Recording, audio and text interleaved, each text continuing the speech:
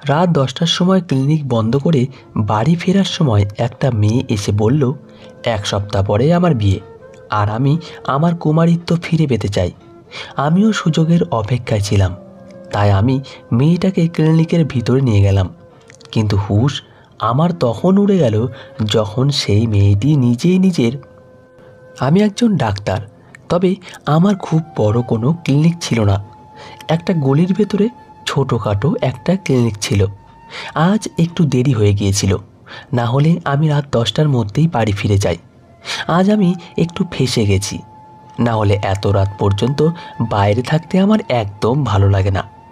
আমি তাড়াতাড়ি করে বাকি রোগীদের দেখলাম এবং তাড়াতাড়ি করে ক্লিনিক বন্ধ করলাম। ক্লিনিক বন্ধ করে যেই বাইরে বেরোতে যাব তখনই আমার সামনে খুবই সুন্দরী একটা মেয়ে এসে দাঁড়ালো। যদিও আমি একজন ডাক্তার, কিন্তু মেয়েদের ব্যাপারে খুব তাড়াতাড়ি গলে যেতাম, কেননা মেয়েরা আমাকে ভীষণ আকৃষ্ট করত। আমিও দেখতে বেশ আকর্ষণীয় ছিলাম, আর আমার বয়সও বেশি ছিল না, তাই সহজেই মেয়েরা আমার প্রতি আকৃষ্ট হয়ে যেত। আজও মেয়েটিকে দেখে আমার মন গলে গেল, কেননা মেয়েটি দেখতে খুবই সুন্দরী। মেয়েটি হঠাৎ আমার কাছে এলো এবং চারিদিকে চোখ ঘুরিয়ে বলতে লাগলো, ডাক্তার সাহেব, আপনার সাথে আমার একটা জরুরি কথা আছে। আমি তার দিকে তাকালাম এবং মাথা নেড়ে বললাম, হ্যাঁ বলুন, কি কথা আছে আপনার? আমি খুব মোলায়েম স্বরের সাথে কথা বললাম, কারণ আমি তার সাথে কিছু সময় কাটাতে চাইছিলাম। মেয়েটিকে দেখে আমার মন অস্থির হয়ে উঠল। আমার মনে হচ্ছিল যেন আমি নিজেকে সামলাতে পারবো না। তখনই মেয়েটি বলতে লাগলো, ডাক্তার সাহেব, আমি কোনো নর্মাল কথা বলতে আসিনি, এটা আমার সম্মানের সাথে জড়িত ব্যাপার, তাই একটু আড়ালে বলতে চাই। আমি তাকে ভরসা দিয়ে বললাম, আপনার সম্মানে কোনো আঁচ আসবে না, আর এই কথা কখনোই বাইরে প্রকাশ পাবে না, তাই আপনি নিশ্চিন্ত হয়ে আপনার সমস্যা বলতে পারেন।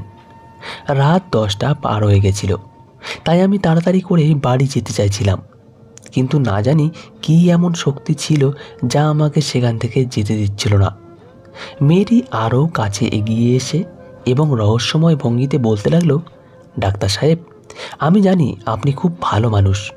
আমি আপনার সম্পর্কে অনেক ভালো ভালো কথা শুনেছি। আপনি অনেক মানুষের বিনামূল্যে চিকিৎসা করেন।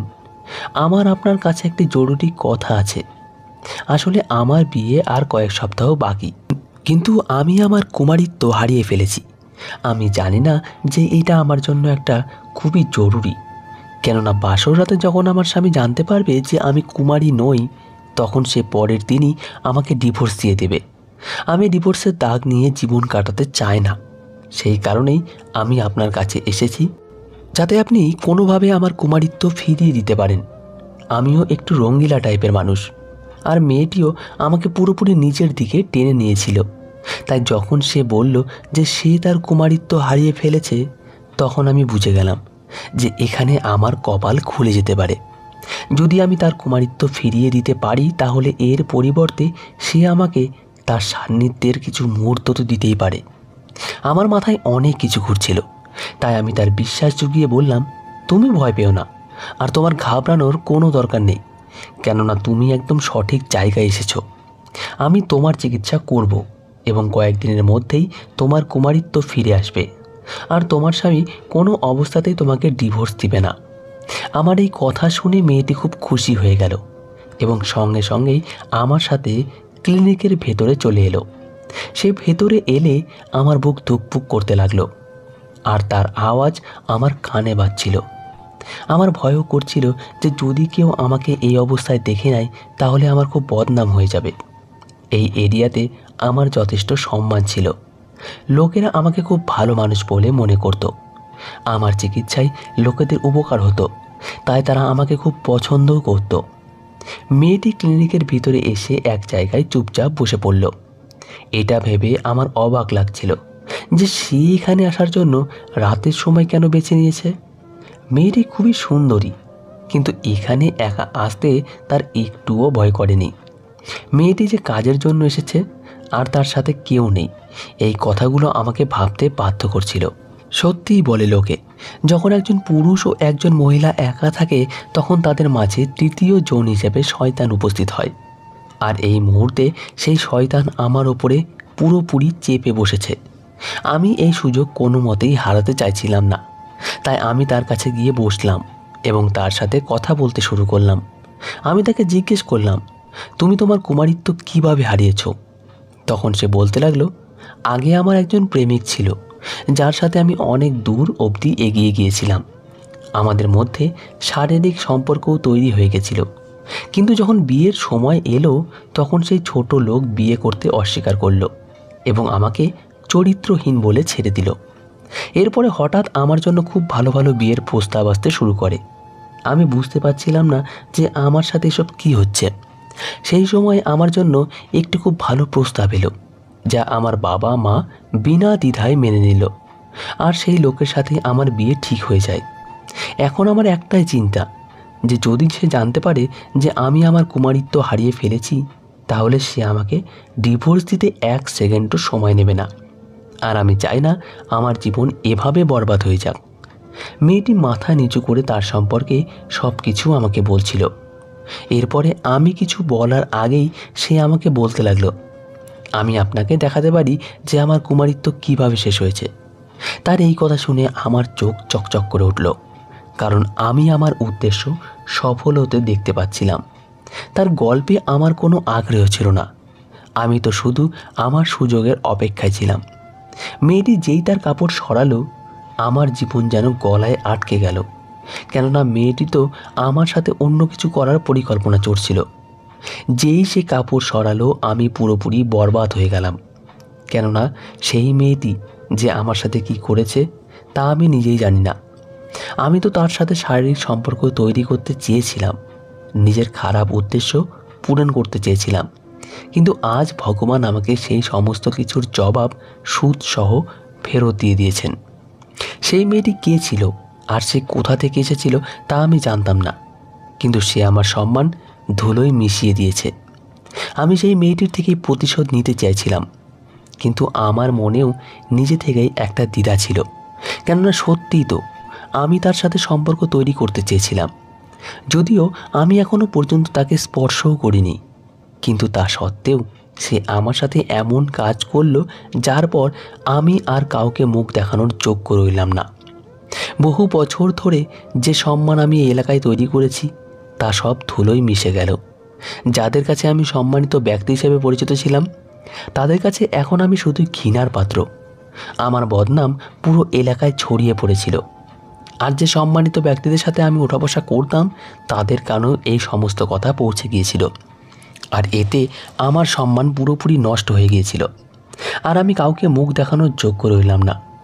সেই মেয়েটি আমার কাছে এসে কথা বলতে বলতেই হঠাৎ করে সে জোরে জোরে চিৎকার করতে লাগলো। হঠাৎ তার এই চিৎকার শুনে আমি ভয় পেয়ে গেলাম, আর আমি যে এতক্ষণ তার খুব কাছে বসে তার সমস্ত কথা শুনছিলাম, ভয়ে নিজের জায়গা থেকে উঠে দাঁড়ালাম। আমার মস্তিষ্ক একদম কাজ করা বন্ধ করে দিয়েছিল। মেয়েটি একটানা চিৎকার করছিল, আর তার চিৎকারে আমি ভীষণভাবে ঘাবড়ে গেছিলাম। আমি বুঝতে পারছিলাম না যে হঠাৎ করে তার হলোটা কি। আমি ভয়ে এক কোণে দাঁড়িয়ে গেলাম, আর মেয়েটির চিৎকারে আশেপাশের লোকেরা আমার ক্লিনিকের ভেতরে ছুটতে দেখতে এলো যে এখানে কি এমন ঘটেছে, যার কারণে এখান থেকে একজন মেয়ের চিৎকার শোনা যাচ্ছে। কয়েকজন পুরুষ আমার ক্লিনিকে ঢোকার সাথে সাথে সেই মেয়েটি তাদের পেছনে গিয়ে লুকালো এবং কাঁদতে কাঁদতে বলতে লাগলো, এই লোকটা আমার সম্মানে হাত দিয়েছে, আমি তো এখানে শুধু ওষুধ নিতে এসেছিলাম, কিন্তু এই লোকটা আমার সাথে নোংরা কাজ করার চেষ্টা করছিল। মেয়েটির কথা শুনে আমি বুঝতে পারছিলাম না যে এসব আমার সাথে হঠাৎ হচ্ছেটা কি। তাই আমি হতভম্ব হয়ে চুপচাপ দাঁড়িয়ে রইলাম, কিন্তু আমার বুক ভয়ে ধুকপুক করছিল, আর ভয়ে আমার হাত পা কাঁপছিল, আমার পুরো শরীর থরথর করে কাঁপছিল, কারণ আমি জানতাম এই সমস্ত লোকেদের চোখে আমার চরিত্র খুব ভালো ছিল, কিন্তু আজকে এই মেয়েটি সবার সামনে আমার বদনাম করার জন্য উঠে পড়ে লেগেছে। ঠিক তখনই একটা লোক রাগে চিৎকার করে বলল, আমি আগেই বলেছিলাম যে এই বদমাশ ডাক্তারকে আমাদের এরিয়া থেকে বের করে দেওয়া উচিত, কেননা এর উদ্দেশ্য মহিলাদের প্রতি ঠিক না। কিন্তু তখন কেউ আমার কথা শোনেনি। আজ দেখো, এই লোকটা একটি সহজ সরল মেয়ের সম্মানে হাত দেওয়ার চেষ্টা করেছে। সেই লোকটা এই কথা বলার সাথে সাথে সেই মেয়েটি আরও জোরে জোরে কাঁদতে কাঁদতে বলতে লাগলো, এই লোকটা আমার ইজ্জত পুরোপুরি নষ্ট করে দিয়েছে। এখন আমি আর বেঁচে থাকার যোগ্য নই। 1 সপ্তাহ পরেই আমার বিয়ে, আর এই লোকটা আমাকে শেষ করে দিয়েছে। এইটা বলে সেই মেয়েটি এত জোরে জোরে কাঁদছিল যে আমার মনে হচ্ছিল যেন আমি মাটির ভেতরে ধসে যাচ্ছি। হঠাৎ একজন লোক রেগে হাত উঠিয়ে আমার দিকে তেড়ে এলো। এটা দেখে আমি খুব বাজেভাবে ঘাবড়ে গেলাম। আমি নিজেকে সেই লোকটার হাত থেকে ছাড়ানোর চেষ্টা করলাম, কিন্তু সেই লোকটা ছিল খুব শক্তিশালী। তাছাড়াও এখন তো আরও 2-3 জন লোক তার সাথে এসে যোগ দিয়েছে। তারা সবাই মিলে আমার উপর ঝাঁপিয়ে পড়ল, কিন্তু আমি বুঝতে পারছিলাম না যে আমি কি এমন করেছি যার কারণে আমার সাথে এসব হচ্ছে। আমার মনে সেই মেয়েটির জন্য খারাপ চিন্তা অবশ্যই এসেছিল, কিন্তু আমি তার সাথে খারাপ কিছুই করিনি। সেই লোকেরা আমাকে ধরে আমার ক্লিনিক থেকে ধাক্কা দিতে দিতে বাইরে নিয়ে এলো, তারপর গলির মাঝখানে এনে দাঁড় করিয়ে দিল। আশেপাশের বাড়ির লোকেরা তাদের ঘর থেকে উকি মেরে দেখছিল যে এখানে হঠাৎ করে কি এমন হলো, কিন্তু কেউ আমাকে বাঁচাতে এগিয়ে এলো না। লোকগুলো আমাকে মারতে মারতে আমার অবস্থা খারাপ করে দিল। যখন সেই মেয়েটি দেখল যে আমি নিস্তেজ হয়ে মাটিতে পড়ে আছি, তখন সে তাদের মাঝে গিয়ে দাঁড়িয়ে বলতে লাগলো, এখন থামুন, এই লোকটাকে ছেড়ে দিন। এ আমার সাথে যে অত্যাচার করেছে তার শাস্তি সে অবশ্যই পাবে। আমি সিদ্ধান্ত নিয়েছি যে আমি একেই বিয়ে করব, কেননা এখন আর কেউ আমাকে বিয়ে করবে না। মেয়েটির এই কথা শোনা মাত্রই আমি রাগে জ্বলে উঠলাম। আমি এর মধ্যেই অনেক মার খেয়েছি, কিন্তু তা সত্ত্বেও আমার মধ্যে এত শক্তি ছিল যে আমি এই মেয়েটির মুখোমুখি হতে পারতাম। আমি সঙ্গে সঙ্গে নিজের জায়গা থেকে উঠলাম এবং রাগে ফেটে পড়ে বললাম, আমি সব কিছু করতে পারি, কিন্তু তোমার মতো চরিত্রহীন মেয়ের সাথে বিয়ে কোনো মতেই করব না। এই মেয়েটি তার কুমারিত্বর ভান করে আমার কাছে এসেছিল যাতে আমি তার চিকিৎসা করাতে পারি, কিন্তু আমি জানতাম না যে এই আমার উপরেই দোষ চাপিয়ে আমার সম্মান ধুলোয় মিশিয়ে দেবে। আমি কোনো অবস্থাতেই একে বিয়ে করব না। ঠিক তখনই একজন বয়স্ক লোক সে মেয়েটির মাথায় হাত রাখল এবং তাকে জিজ্ঞেস করল, মা, তুমি কি সত্যিই এই লোকটাকে বিয়ে করতে চাও? সেই মেয়েটি হ্যাঁতে মাথা নেড়ে বলল, হ্যাঁ আঙ্কেল, আমি এই লোকটার সাথে বিয়ে করতে চাই, কেননা এখন আর কেউ আমাকে বিয়ে করবে না। আমি পুরোপুরি বরবাদ হয়ে গেছি। 1 সপ্তাহ পরে আমার বিয়ে ছিল, কিন্তু এখন আমি আর কাউকে মুখ দেখানোর যোগ্য নেই। তাই আমি আপনাদের সকলের কাছে মিনতি করছি যে আমার বিয়ে এই লোকটার সাথে করিয়ে দিন, যাতে আমার জীবন রক্ষা পায়। মেয়েটির মুখের এই কথা শুনে সেই লোকগুলি সঙ্গে সঙ্গে রাজি হয়ে গেল এবং আমার দিকে এগিয়ে এসে বলল, যদি নিজের জীবন ভালোবাসো তাহলে চুপচাপ এই মেয়েটির সাথে বিয়ে করে নাও, না হলে আমরা তোমাকে আস্ত রাখবো না। তোমাকে 4 রাস্তার মোড়ে দাঁড় করিয়ে অপমান করব এবং তারপরে পুলিশের হাতে তুলে দেব। লোকগুলো আমাকে খোলাখুলি হুমকি দিচ্ছিল, কিন্তু তারপরেও আমিও বুক চিতিয়ে বললাম, যা করার করো, কিন্তু আমি কোনো অন্যায় করিনি, তাই আমি কোনো অবস্থাতেই এই মেয়েটিকে বিয়ে করব না। এই মেয়েটা আমাকে বরবাদ করে দিয়েছে আর আমার উপরে মিথ্যা অভিযোগ লাগাচ্ছে, অথচ আমি কিছুই করিনি। ঠিক তখনই তাদের মধ্যে থেকে একজন লোক আমার কলার ধরে বলল, ঠিক আছে, যদি তুমি নিজের জীবনকে ভালো না বাসো তাহলে আর কি করা যাবে। এটা বলেই সে তার কোমর থেকে কিছু বের করলো এবং আমার মাথায় ঠেকিয়ে রাগী স্বরে বলল, তোমাকে এই মেয়েটিকে বিয়ে করতেই হবে। যদি তুমি আজ এর সাথে বিয়ে না করো তাহলে বিশ্বাস করো এই দিনটাই তোমার জীবনের শেষ দিন। সেখানে উপস্থিত সকলেই আমার উপর রাগে ফুঁসছিল। আমি বুঝতে পারছিলাম যে এবার আমার সাথে কিছু একটা ঘটতে চলেছে, তাই আমি নিজেকে পরিস্থিতির হাতে ছেড়ে দিলাম। কিছুক্ষণের মধ্যেই সেই মেয়েটির সাথে আমার বিয়ে দিয়ে দেওয়া হলো। বিয়ের পরে মেয়েটি ওখান থেকে চলে গেল আর আমি সেখানেই মাথায় হাত দিয়ে বসে পড়লাম আর ভাবতে লাগলাম, আমার সাথে এসব কী হলো। কিছুক্ষণ আগে আমি একদম ঠিকঠাক নিজের বাড়ি ফিরছিলাম, কিন্তু এখন আমার পুরো জীবনটাই বদলে গিয়েছে। তবে আমি মনে মনে সিদ্ধান্ত করে নিয়েছি যে আমি এই মেয়েটির সাথে আমার জীবন কোনোভাবেই কাটাবো না। আমি নিজেকে শক্ত করলাম এবং একটা পরিকল্পনা করে ক্লিনিক বাইরে থেকে বন্ধ করে নিজের বাড়ির দিকে রওনা দিলাম। আমি বুঝতে পারছিলাম না যে এই মেয়েটি আমার সাথে কেন এমন করলো, এর পেছনে তার উদ্দেশ্য কী ছিল। যাই হোক, আমি সেই রাতেই চুপচাপ ওই শহর ছেড়ে অন্য জায়গায় চলে গেলাম। এখন আমি অন্য কোথাও গিয়ে নতুন করে ক্লিনিক শুরু করেছি। আমি জানতাম না সেই মেয়েটির সাথে পরে কি হয়েছিল। আমি যেহেতু কোনো ঝামেলায় জড়াতে চাইতাম না, সেই জন্য আমি অনেক দূরে এসে নতুন করে জীবন শুরু করলাম। এখানে যে এরিয়ায় আমি আমার নতুন ক্লিনিক খুলেছিলাম, সেখানের কেউ আমাকে চিনত না। এখানকার লোকেরা আমাকে খুব সম্মান করত। কিন্তু সেই ঘটনার পর আমি একটা জিনিস অবশ্যই শিখেছি, যে কখনো কোনো মেয়ের ওপর চোখ বন্ধ করে ভরসা করতে নেই।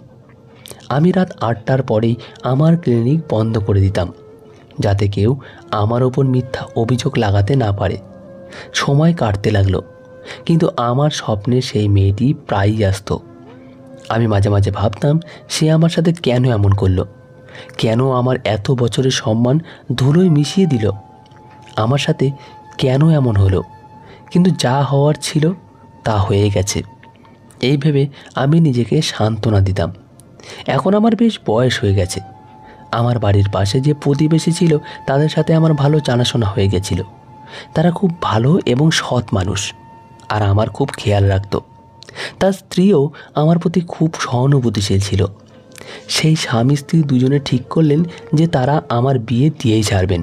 তারা যখন এই ব্যাপারে আমার সাথে কথা বললেন, তখন আমি হেসে না করে বললাম, এখন আমি শুধু আমার কেরিয়ারের ওপর ধ্যান দিতে চাই, তাই বিয়ের ঝামেলায় পড়তে চায় না। কিন্তু তারা দুজন জেদ ধরে বসে রইলেন যে তারা আমার বিয়ে দিয়েই ছাড়বেন। আমি একদমই রাজি ছিলাম না, কিন্তু যখন তারা বারবার আমাকে বলতে লাগলেন, তখন আমি এই ব্যাপারটা তাদের ওপর ছেড়ে দিলাম এবং বললাম, আপনারা যে মেয়েকে পছন্দ করবেন, আমি সেই মেয়েকেই বিয়ে করব। যখন আমি এই এলাকায় প্রথম এসেছিলাম, তখন এই দুজন স্বামী স্ত্রী আমার পাশে দাঁড়িয়ে আমার অনেক উপকার করেছিলেন। তাই তারা যখন আমাকে বললেন যে আমাদের নজরে একটি মেয়ে আছে, যে খুবই সুন্দরী এবং হাসি খুশি, কিন্তু যদি বলো তাহলে আমরা তোমাকে সেই মেয়েটিকে দেখাতে পারি। আমি মনে মনে ভাবলাম, যখন এরা বলছে মেয়েটি সুন্দরী আর ভালো স্বভাবের, তখন নিশ্চয়ই ভালো হবে। তাই আমি সেই স্বামী স্ত্রীকে বললাম, আপনারা আমার জন্য যে মেয়েকে পছন্দ করবেন, আমি তাকে বিয়ে করে নেব। আর তারপর দেখতে দেখতে 1 মাসের মধ্যেই সেই দুজন আমার বিয়ে খুব ধুমধাম করে সেই মেয়েটির সাথে দিয়ে দিল। আমি এখনও সেই মেয়েটির মুখ দেখিনি, কিন্তু বাসর ঘরে রাতে পৌঁছে যখন নববধূর ঘোমটা সরালাম, তখন আমার গলা দিয়ে চিৎকার বেরিয়ে এলো। কেননা আমার সামনে অন্য কেউ নয়, বরং সেই ক্লিনিকের মেয়েটি বসেছিল, যে কয়েক বছর আগে আমার জীবন পুরোপুরি তছনছ করে দিয়েছিল। আমি তার থেকে এমনভাবে দূরে সরে গেলাম, যেন আমি যদি তাকে ছুঁয়ে ফেলি তাহলে আমার মারাত্মক কোনো অসুখ হয়ে যাবে। আমার এইভাবে ছিটকে যাওয়াতে মেয়েটি ভয় পেয়ে গেল। আমি রাগে অগ্নিশর্মা হয়ে নিজের জায়গায় উঠে দাঁড়ালাম, আর তার দিকে তাকিয়ে চেঁচিয়ে বললাম, মানে আমার বিয়ে আরেকবার তোমার সাথেই হলো? তোমার সাহস কী করে হলো আবার আমার জীবন তছনছ করার?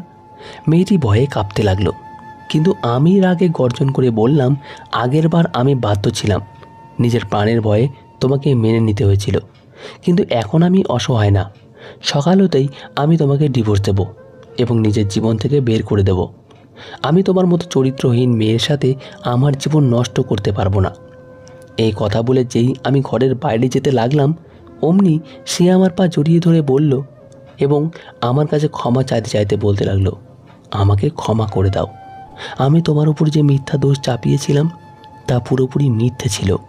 আর বিশ্বাস করো, তোমার সেখান থেকে চলে আসার পরেই আমি নিজের সবার সামনে গিয়ে বলেছিলাম যে আমি মিথ্যা কথা বলে তোমার বদনাম করাতে চেয়েছিলাম। আর বিশ্বাস করো, আমি এইসব শুধু টাকার জন্য করেছিলাম। মেয়েটির কথা শুনে আমার নিজের কানকে বিশ্বাস হচ্ছিল না যে এই মেয়েটি কী সব বলছে। আমি আবার তাকে জিজ্ঞেস করলাম, আমি বুঝতে পারছি না যে আমাকে বদনাম করে তোমার কী লাভ? সে বলতে লাগলো, আমি আমার বৃদ্ধ মায়ের সাথে থাকতাম। একদিন আমি বাড়িতে বসেছিলাম, তখন একজন লোক আমার কাছে এলো এবং আমাকে একটা প্রস্তাব দিল। সে বলল, যদি আমি তোমার বদনাম করি তাহলে সে আমাকে 5 লাখ টাকা দেবে। আমি সঙ্গে সঙ্গে জিজ্ঞেস করলাম, সেই লোকটি কে যে তোমার কাছে এসেছিল? মেয়েটি বলল, তার নাম দীপক। এরপরে মেয়েটি আরও বলল, তোমার সাথে কি তার কোনো শত্রুতা আছে যে কারণে সে তোমাকে সবার সামনে বদনাম করতে চায়? আমি চুপ হয়ে ভাবতে লাগলাম।